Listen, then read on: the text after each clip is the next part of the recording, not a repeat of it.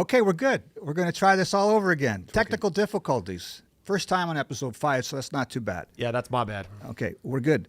So again, we'll try to warm things up here with the thing called icebreakers. We're looking for a sponsor for that segment. A beer sponsor would be awesome, by the way. If we could get beer, cold beer. Yes, Ice cold beer would be awesome for that as a sponsor. Awesome. We need a beer right Yes, now, actually. yes.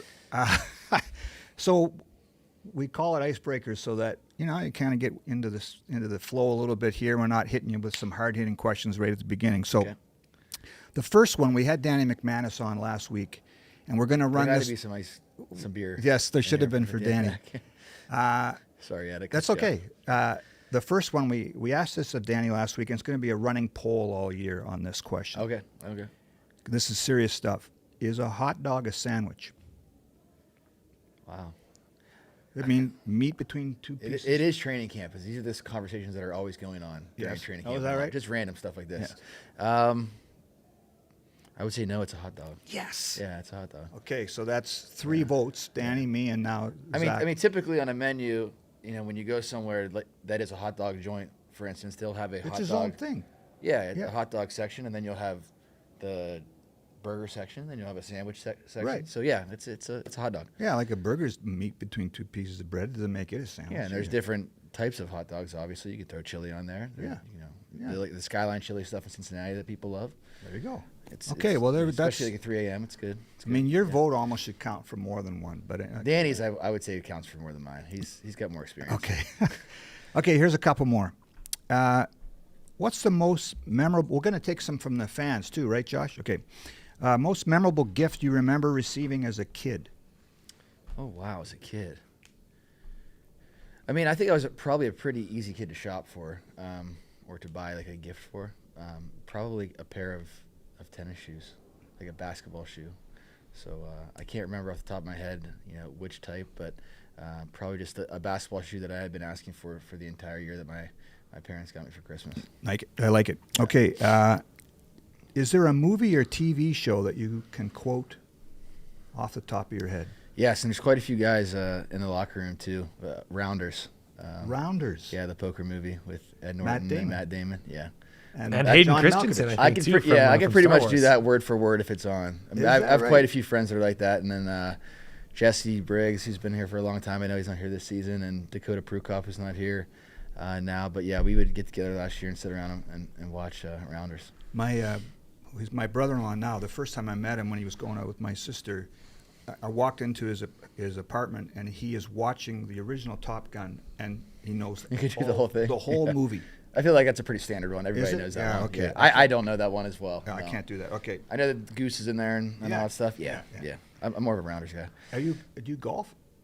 I don't. Okay. Maybe I can't really find the time. I'll change the wording here. If you could have dinner with 3 other people, any people in history, people in your family. Yeah, this is a tough one. Who would it be? I don't know, because you want to say something super smart, but it's probably super simple for me. Okay. It's probably just football people.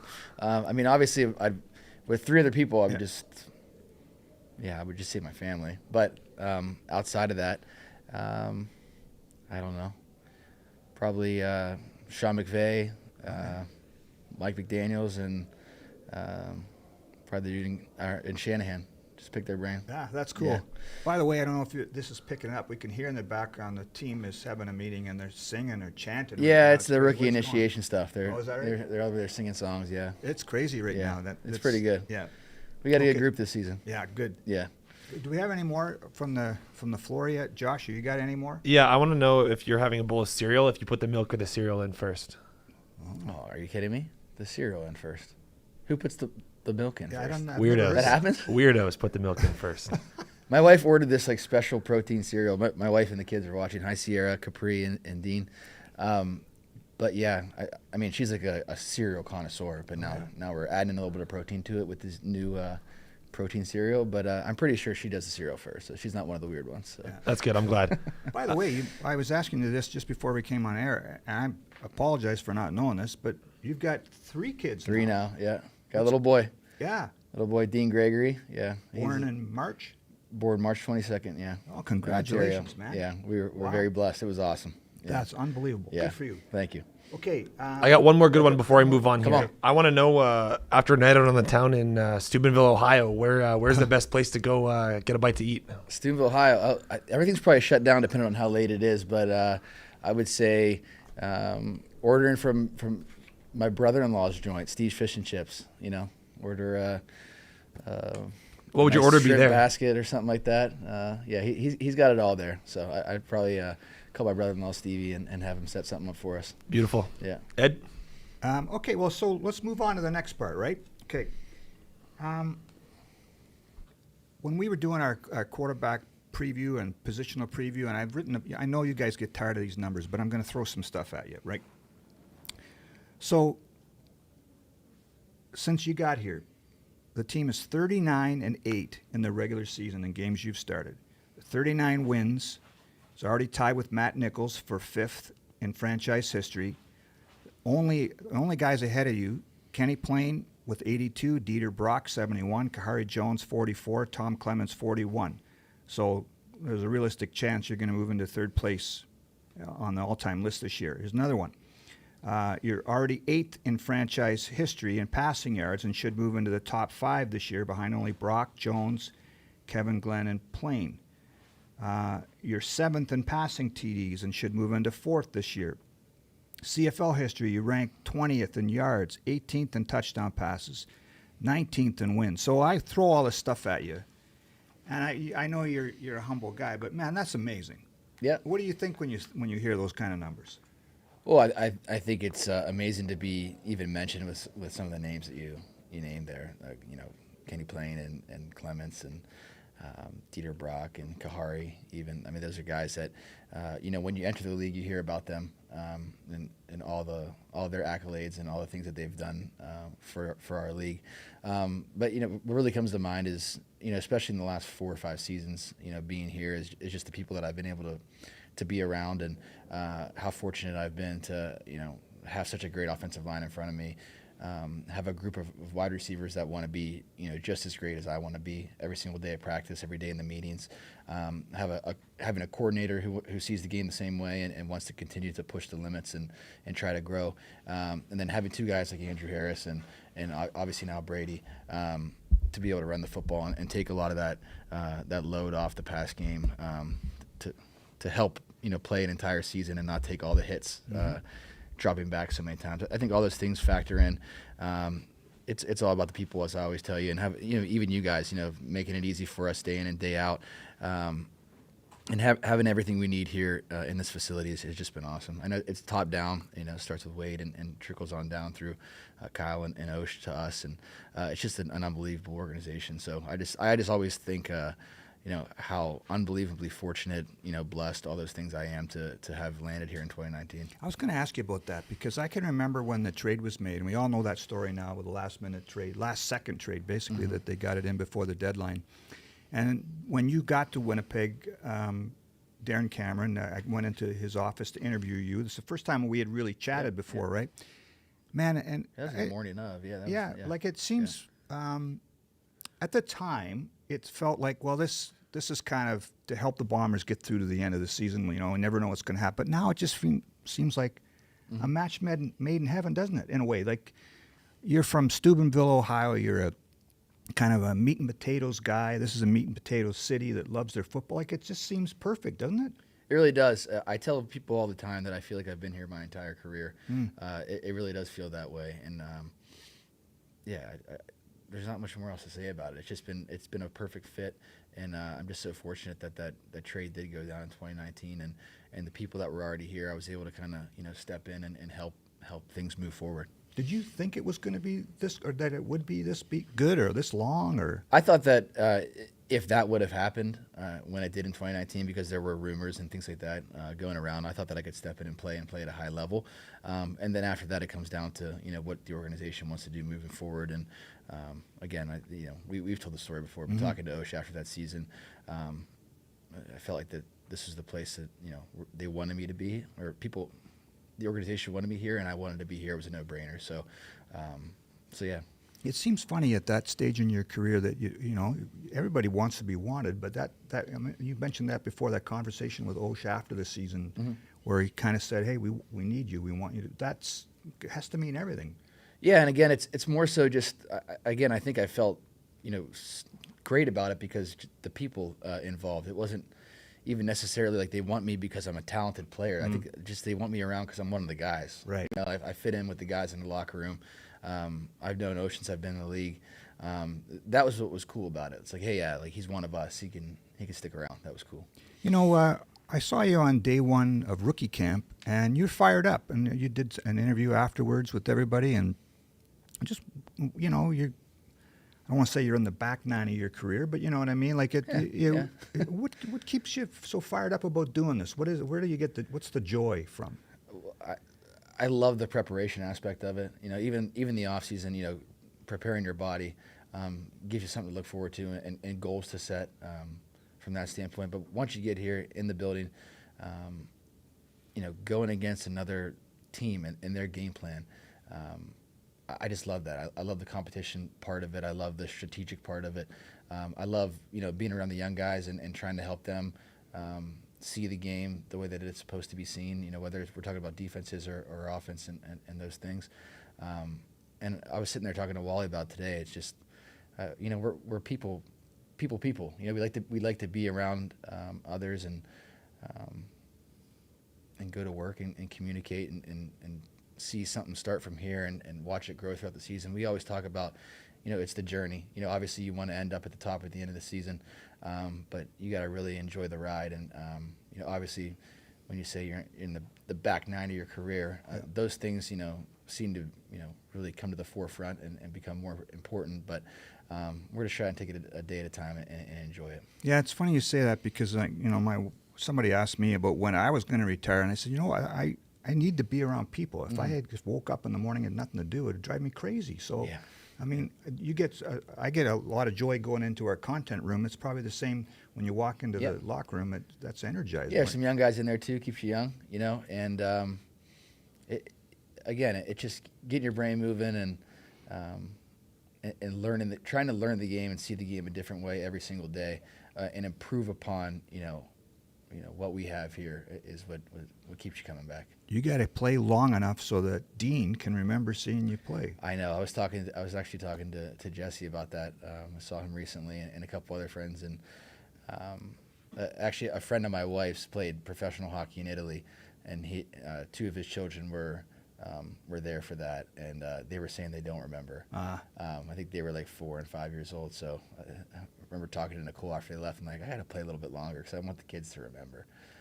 Because it's so special when they come down on the field, not just after the games, but at practice. I mean, you see it all the time. Like, we're a group that everybody has children, or it seems like a lot of us have children, and they get to all come and watch us practice and run on the field after the game, or run on the field after practice, and those are the moments you remember the most. Yeah. Obviously, the games and the games you win, the games you lose, and what you do on the field is super special because it's with your brothers, so to speak, people that you spend so much time with. But the other side of it is being able to hug Nicole after the game and hug our kids is just it's an amazing thing. What's interesting about pro athletes that I find is that so if I'm at least capable at my job, I can do this until I get to 65, right? You guys have, or even past that, you guys have a short window to make this memorable, right? And I find that guys like Drew Wojtarski's really good at this. Strev is too. There's lots of guys in that room that really kind of have embraced the moment and living for now. And it seems like maybe you don't have that when you're young, right? You just, everything's, Well, you just think you think it's always going to happen. Yeah. I was fortunate enough to be in a couple organizations early in my career where we went to the Grey Cup. We won one, we lost one, and I just remember thinking to myself like, oh, we'll just do this every year. Yeah. And then you realize as you get harder, or as you get older, how hard it is. Right. How hard it is to get there, and it's a special thing. Yeah. We're only 3 days into main camp, and we've talked all off season about changes. There's a lot of faces that in that room still. What's your sense of what the Bomber fans are going to see this year? Still a damn good football team. Yeah, I think we bring a lot of guys back. Obviously, we lost quite a few.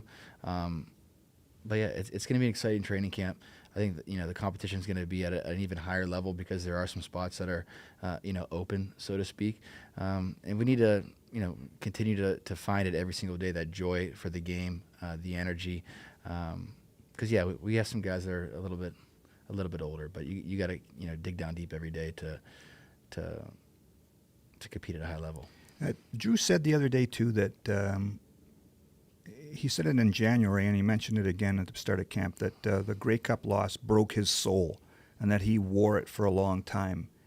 What about you? How did you manage to get through November, the end of November, December, January, all the way up till now? Yeah, I think the first couple months were tough. When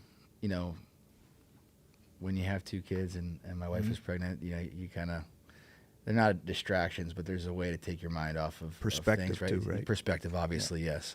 At the same time, it's definitely in the back of your mind. It was a tough couple months. Yeah. I'm sure my wife would attest to that. It was not easy. At what point then does it, okay, I got to let that go, and here we go? Is that... Yeah, I don't know if you ever let it go. I'm sure we'll be talking about it in 20, 30 years, the same thing from the previous year. But you get back in the gym and you realize how difficult it's going to be to get back there, to get back to, even being in shape to get back there, those kind of things. And you start to set goals for yourself and you just move forward. Josh, we want to plug the jersey giveaway, right? I should say that. I get to interrupt and say that now. Can you give the details there? We're going to give away a signed Zach. Yeah, we have a signed Zach Collaros jersey in studio today, and we're going to be doing a giveaway for that in a little bit. Here it comes from off screen. Here we go. It's fantastic. Look at that, number 8, signed right on the numbers by Zach. So we're going to be giving that away in a little bit here. If you want to do that now, Ed, or do you want to wait a little bit? Tell everybody what they need to do, right? Yeah. So we're going to be doing a keyword giveaway. So in a little bit, when Ed's kind of wrapping up this section, we'll take a quick break from the show, and we'll give you guys a keyword to put in the chat here live on YouTube, and there will be a random winner selected from that. And then while that giveaway is going on, we'll do a couple questions for Zach. And then we'll get back to the show, and then that's all it is. Okay. So we'll do a giveaway in a bit with a keyword, but we'll get there as soon as Ed's ready. Good. Thanks for the details on that, because I could not have remembered what to say there. So thank you. During Grey Cup week, we had a good chat. I mean, you guys, I don't know how you do it sometimes. I want to do that story on the Zach we see right now versus the fiery Zach that's in the huddle and in the game. And I remember talking to some of your teammates. I did a story that your teammates were so good. Kenny Lawler, this is what he said about you when I said one word to describe Zach. And he goes, fiery, competitive, passionate, leader, funny, smart, great guy, brother, father, husband. The list goes on. He's a great guy. Our relationship goes further than football. I consider him family. That's a dude I honor and look up to. Wolotarski. This is the part that I know. He said this in a nice way. He's a mobster, bro. He's a Greek mobster. Yeah. I think Zach might be the most competitive guy on the team. The Italians. Yes. Greeks, it's okay. He says he loves to win. He does it for the people around him. That's why I call him the mobster, because he'll do anything for family. Yeah. And then Willie Jefferson said the same thing. I'm sure if you went in the huddle, is that like those are the highest compliments a guy can get, right? It's moving sometimes. Yeah. I remember you wrote that story last season, and I remembered around the time Nick was, Van was pregnant with their baby. Yeah, Nick's in Ray. that story. Yeah, and seeing those guys say things, not just about how I am in the huddle, but more so how I am as a father and a husband. That means the most, and. I'm a little bit older than most of those guys, and I'm at a different phase in my life than a lot of those guys. I know a lot of them now are having children, and whether it's their first or their second, I think I'm a little bit further along in that process. So you just try to. It's not being a role model, but you just try to do the right thing all the time and lead by example, whether that's in the huddle or how you go about your business every single day. And for me, I'm so fortunate that I have a beautiful family to look after. So they see a lot of that side of me as well. So yeah, anytime you write stuff like that, it's that's the ultimate compliment especially from teammates and Right. people that I would consider, brothers, because we've been through a lot together. We spend a ton of time together. We've gotten arguments and we've had our disagreements, but most of it or all of it's out of love, and a lot of it is just trying to get better together. And we are passionate about this game, and that's why it's always difficult when you lose guys in the off season. Right. But we've been really, really fortunate to have a lot of the guys come back every single season, because I don't know if you have Drew and Nick and Kenny and Dalton. I mean, I know they're unbelievable football players, but they just mean a lot to me personally, and Right. and the offensive line as well too. I could talk about the whole team. Yeah. The fiery Zach part. I mean, you told a story. I think we told a story on the podcast that we did with Darren and us, and then you told me again at the Grey Cup about your competitive side.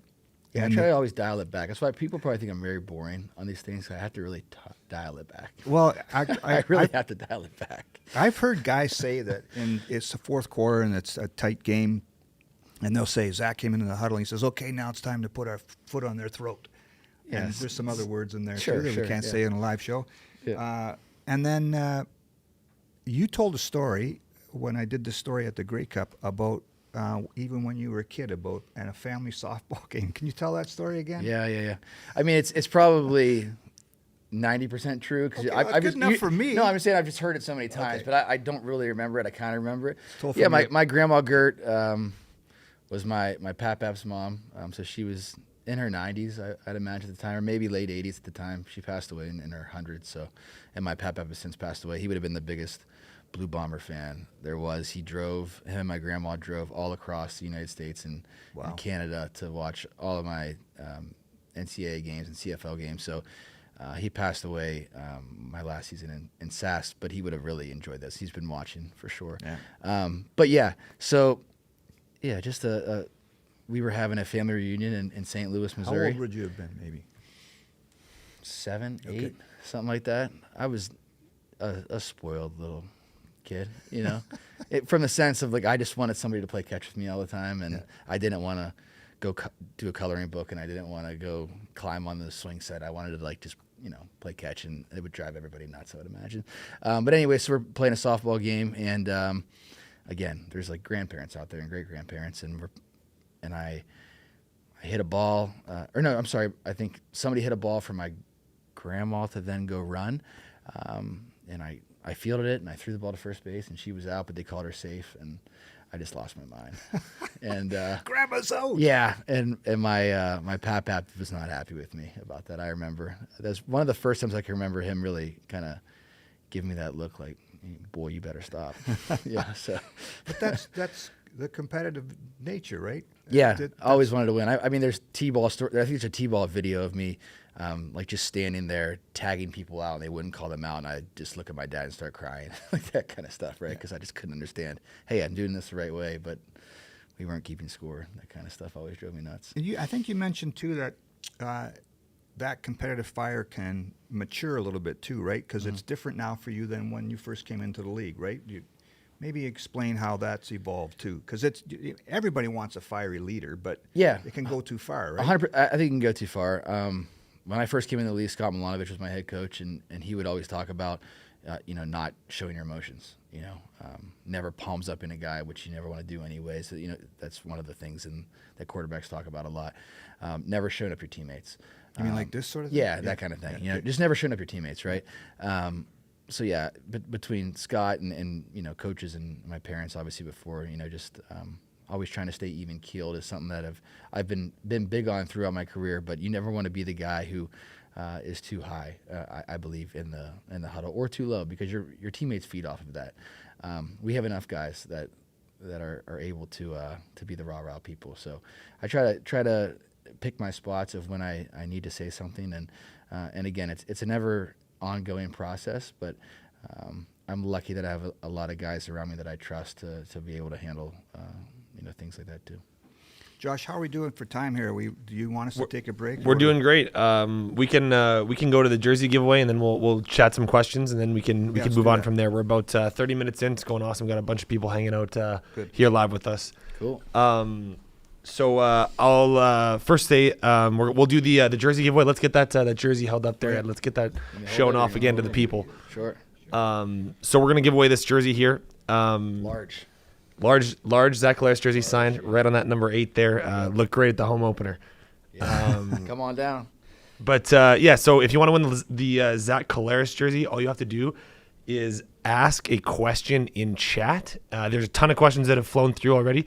So we're gonna choosing the question. I got them up here. They're all scrolling up here. So how are we gonna choose? Well, it'll be a random selection. How's it random? Because they're all just scrolling up past me here. No favorites. It's a good question, though. Yeah. I don't know anybody, so how can I pick a favorite? Okay, well, let's fire some questions. So some questions are starting to fly in here, and we'll start with: do you have any pre-game traditions? Football can be that football players can have things like that. So I try to not have rituals or superstitions or anything like that during game day, but over the last 3 seasons, picking up Jake Thomas for the game has turned into a ritual. He usually gets in the truck and goes, "So we gonna win?" Then we talk about it and head over to the stadium. Jake fired up right there. Yeah, that's it right there.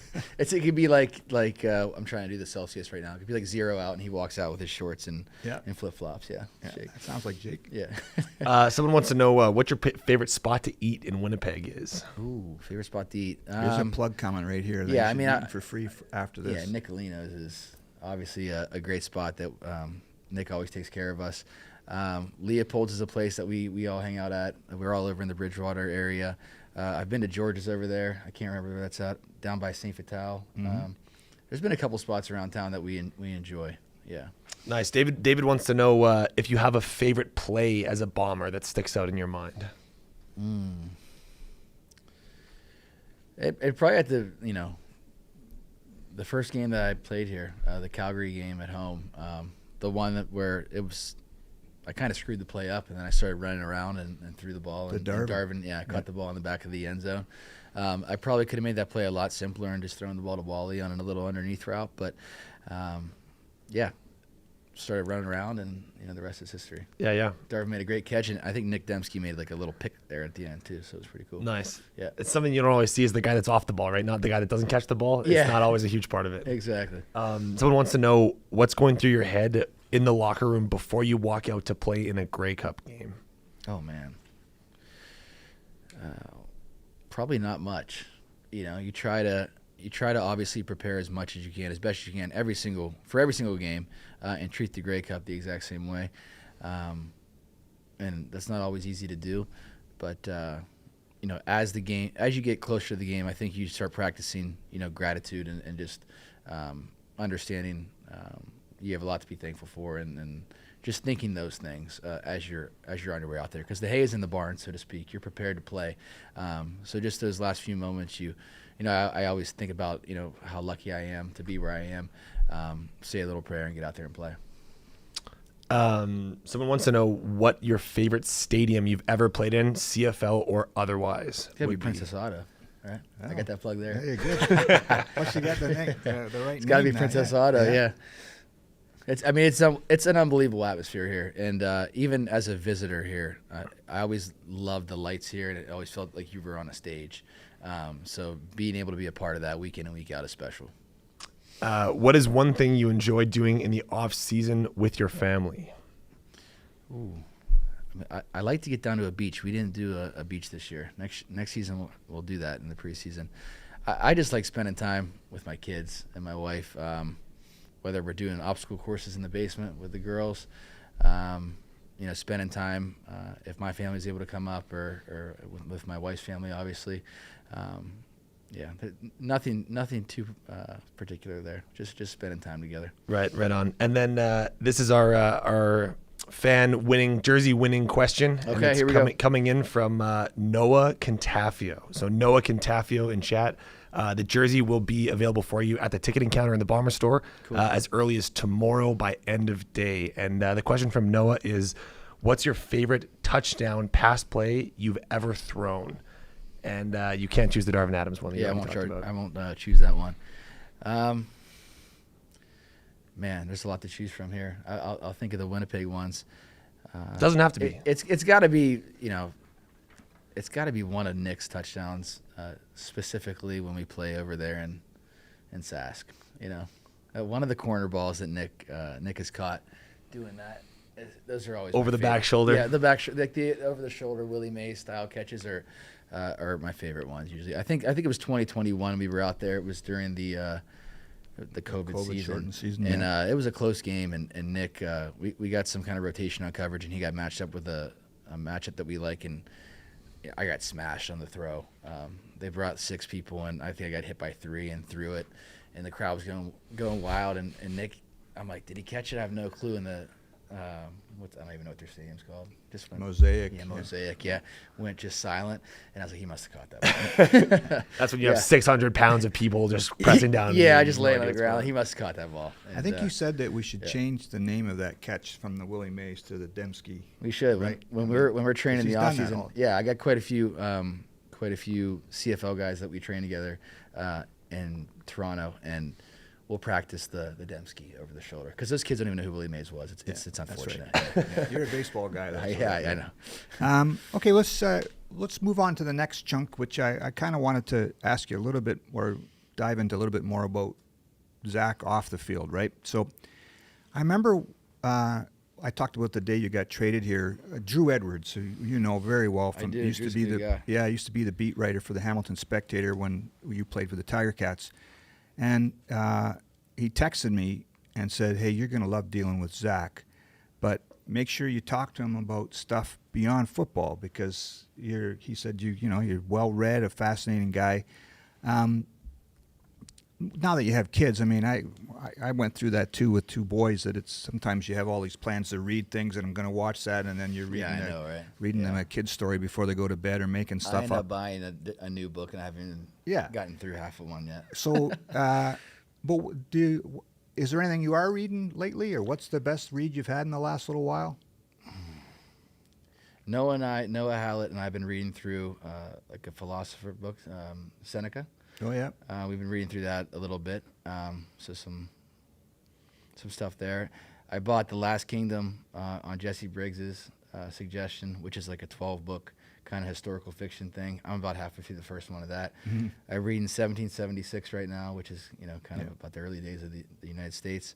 Trying to learn a little bit more about that time period.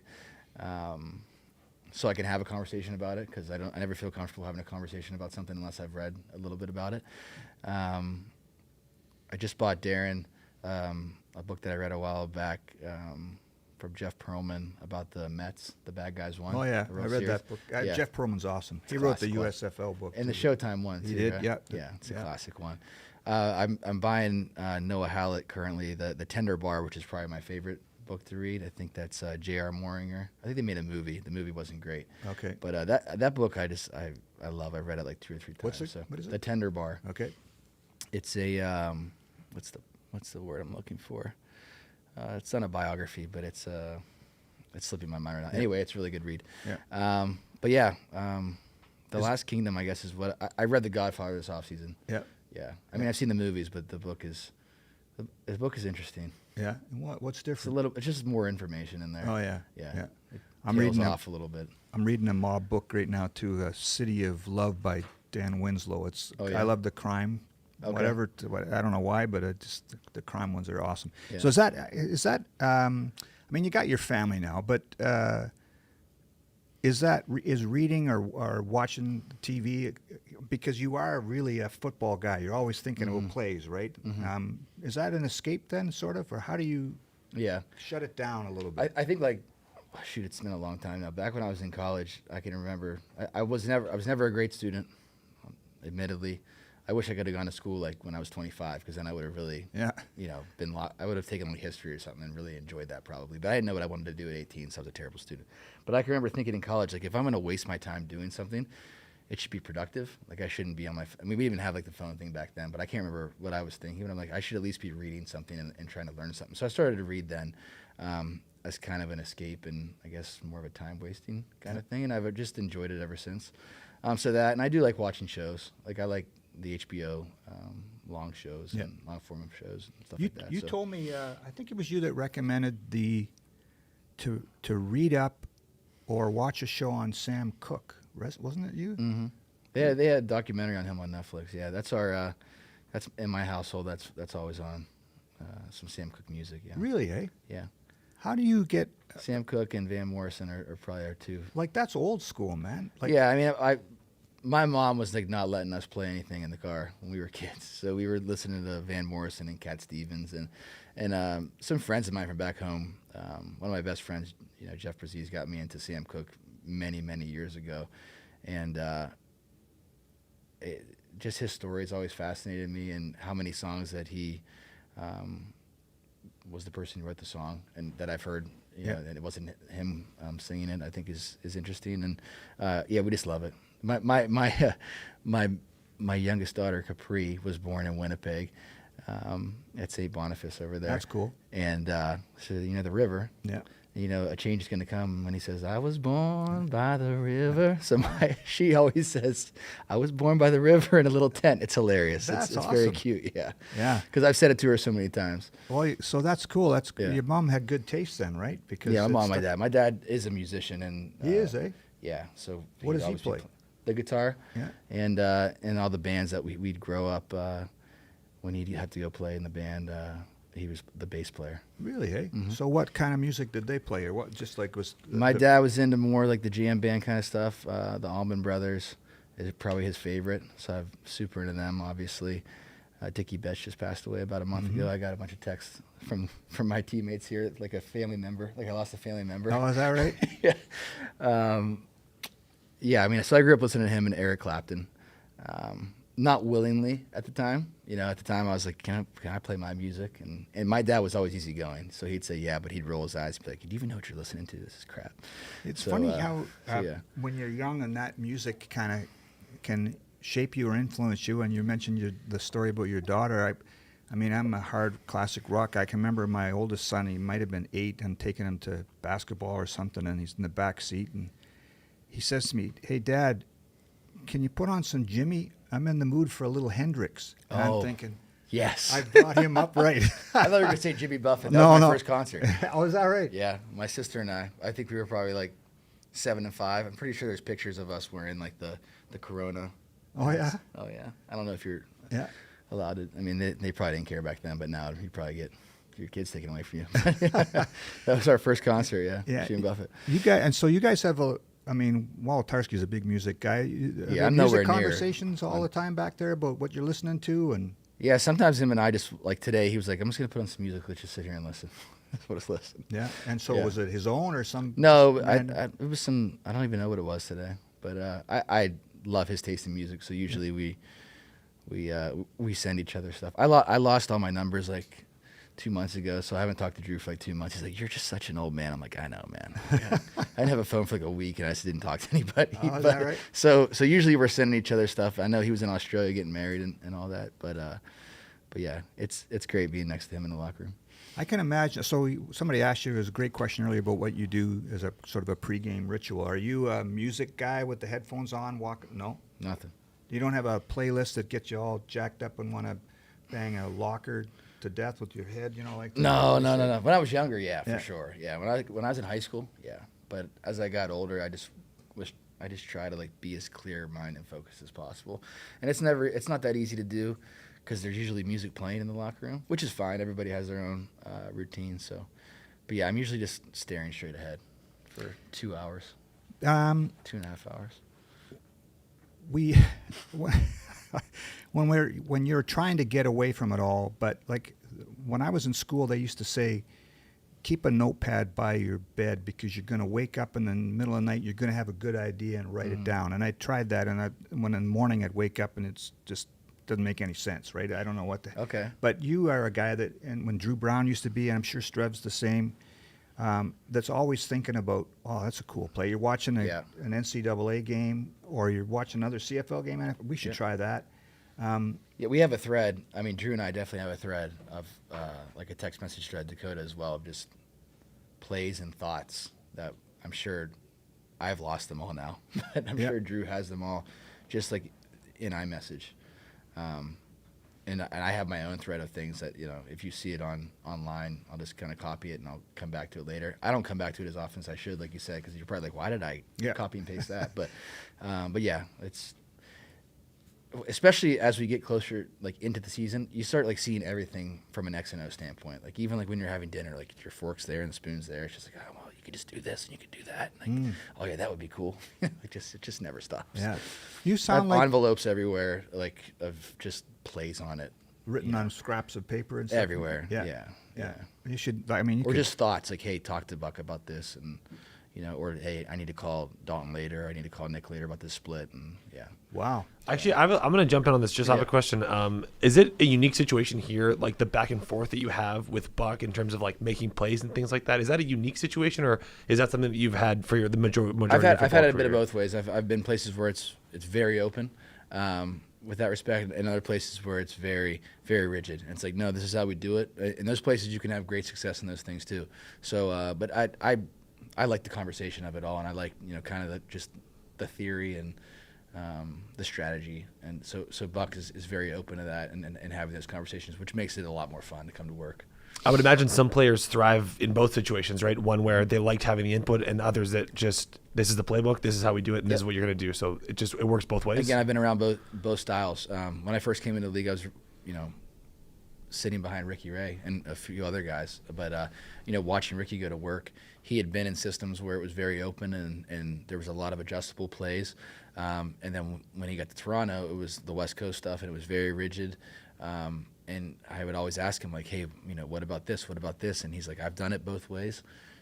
I get hit less this way. This works. I can get the ball in my hands and into the playmaker's hands. And, I mean, we obviously won the Grey Cup that year. So you can win both ways, and that's been shown over and over again in this league. You sound like you got future offensive coordinator or coach written all over it. Would that be something you might do when you're done? Oh, I love the game, so I would love to stay involved in the game. But I always take it like a day at a time. I tend to think so far out, and I kind of get anxiety about the whole thing, and I just try to take it a day at a time. You know what's we'll see. So Jackson Tuchinski, the U of M quarterback, who he's here. Yeah, he's here. Basketball player too. Yeah, second or third year on this internship program. He was talking to Rylan and I yesterday about how you run a room and how it, for a young guy like that, he's studying. I mean, he's listening to what you say, but he's watching how you kind of command a room. And was that always there, or is that something that comes with experience and that kind of thing? Because he says, and even Terry Wilson and Eric Berrier said that this week too, that they just love studying how you run the room. Yeah. Well, I don't know. I don't know. I've probably always had that in me. I try to tone it back sometimes. Like right now, there's so much information that's being taught to these young guys right now that, you know, adding to their plate, so to speak, is probably only going to hurt them. So I try to pick my spots of, you know, what I want to add to what Buck is teaching. But I'll pull a guy aside on the field. Obviously, I'll try to reiterate something that Buck says in the meeting room, or something that I think is really important. Whether it wasn't brought up or whether it was brought up, I'll bring it up again. Mm-hmm. So yeah, I try to kind of just feed off of our coaches and how they're doing it. And I know Buck trusts me and Burrs to add all my, you know, any kind of input, you know, that I see fit, as well as the other guys, because we have guys that have played in the system for a long time, played a lot of games. So that's one of the things that makes, you know, being here great is just how open the room is to conversation and dialogue. Yeah, you know, I forget who it was. Somebody that ultimately became a coach said that during their playing career, they were surprised, but they started to take notes. I don't like how this coach does this. I do like how the room is open, or how they're open for communication. Mm-hmm. I would not do it this way. Are you finding maybe even it's just a file in the back of your head that if you want to get on and coach down the road, that I'm I'm not going to do it this way. I'm going to do it this way. That you're making kind of a list? I think so. I mean, whether you write it down or Yeah. if it's in the back of your head. But from the other side of that is I try to always keep the perspective of I'm not in their shoes right now. So I don't know how difficult it is to do what they're doing. You know, with Good respect to point. how much work they put in the off season, putting a playbook together, for instance. Because obviously you get here day 1 through 3. Yes, I'm putting my work in the off season. I'm watching tape.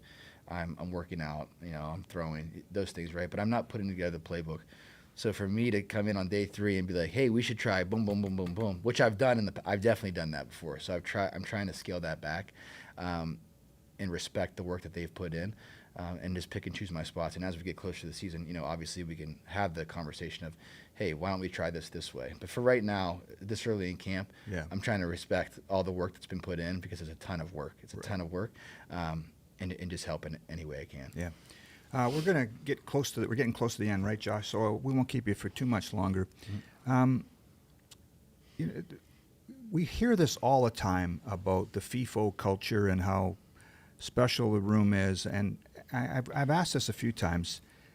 Sometimes I just wonder, is this for real? You know, like I'm kind of an outsider. You know, is that for real?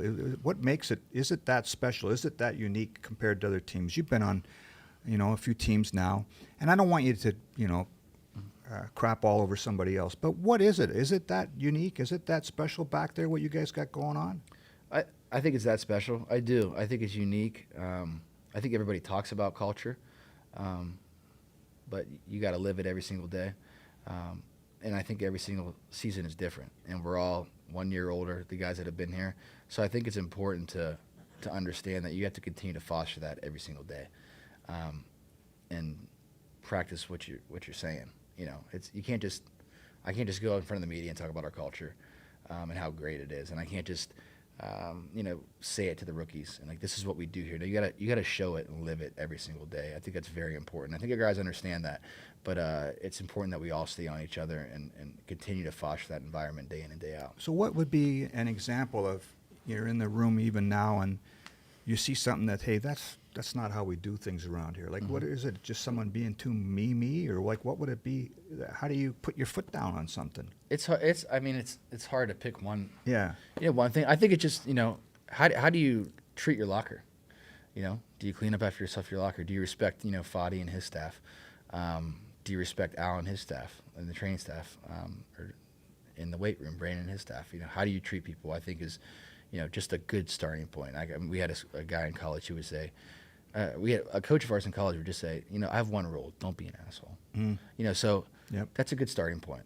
You know, that's a very good starting point. So if we see a guy being an asshole, and now you're not going to go out of your way to embarrass him in front of people. Right. If he needs embarrassed, okay. But if not, you're going to pull him aside and say, hey, you know, this isn't how we do things here. And if it continues to happen, he's probably going to be out of here. You know, it's funny how you say that too, because I see so many guys that have their little share of that. Like, I don't know how many times I've seen Brad Foddy, the equipment guy, he's been around forever, in the locker room after a game, and some guy's taking their gear off and they throw it and they miss the cart, and he just stands there and says, right, pick it up and put it in the cart. So those are the little things that if you add all them up, make a big deal, right? I think so. I mean, Ed Reed, I think it was Ed Reed and Ray Lewis always talk about the year that they won it in Baltimore, and like 3 games into the season, you know, they weren't, you know, throwing their trash away or something like that. And Ed Reed talks about how he kind of lost on everybody and how every little detail, every little thing matters, because everything does matter. So yeah, those little things. I was talking to Brandon Alexander about that. BA is a great example. Yeah, He's and holding guys accountable. There's that book I lent it to Brandon. It's called Legacy. It's about the All Blacks, the Kiwis, the rugby team, and how their number one rule is clean up the locker room, home or away. And so they all, whether the star or the guy that never got on the field. Yep. It's funny how the little things, if you don't pay attention to them, they start to deteriorate stuff. Everything matters. All of our habits matter, obviously, and as soon as you let one of them slip, it just, you know, what's the Slippery slope? Yeah, it's slippery. It's just like, hey, if you say, you know, you try to teach your kids this too, and you should try to teach yourself this at my age. Like, hey, if I let this slip today, I'll probably let it slip even worse tomorrow, and then in a month, where are we going to be? So. Just hold yourself accountable every single day. Yeah, I've seen Coach O'Shea after a game throwing the equipment bags on the back of the truck. Yeah. And how many coaches do that, right? Yeah, So, I mean, I would venture to guess all of ours do because they see him doing it. yeah. Yeah. Okay, we got some more questions, Josh. Yeah, we're just gonna wrap up here with some questions, and then the other jersey giveaway. Let's get the other Oh, we jersey got another thrown one. in there. We're doing two today. Yeah, we get 2 today. Big crowd, big guests. We got two jerseys to give away today. Okay, So okay. already This gave one's away the autographed first too? one.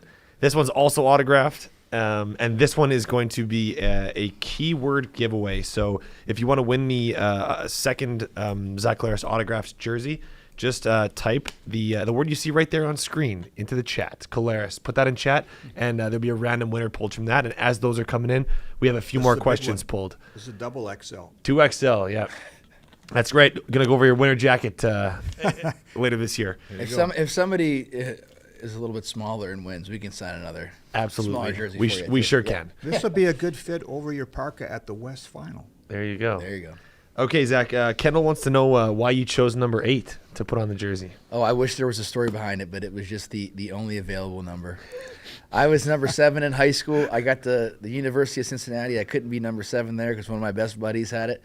And ever since then, every team I've gone to, it's just what number's available. That's why I think it was 17 in Toronto, 4 in Hamilton, 17 in just So not super married to a number. no. I mean, my favorite number has always been 7 to wear, but it was just never there. So then it's another like I don't want to be superstitious about this, so I'll just wear whatever they have. It doesn't matter. Look at that. Okay.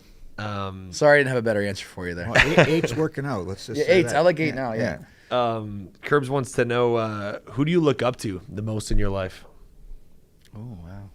It's a good one. Yeah. I mean, I think you can look up to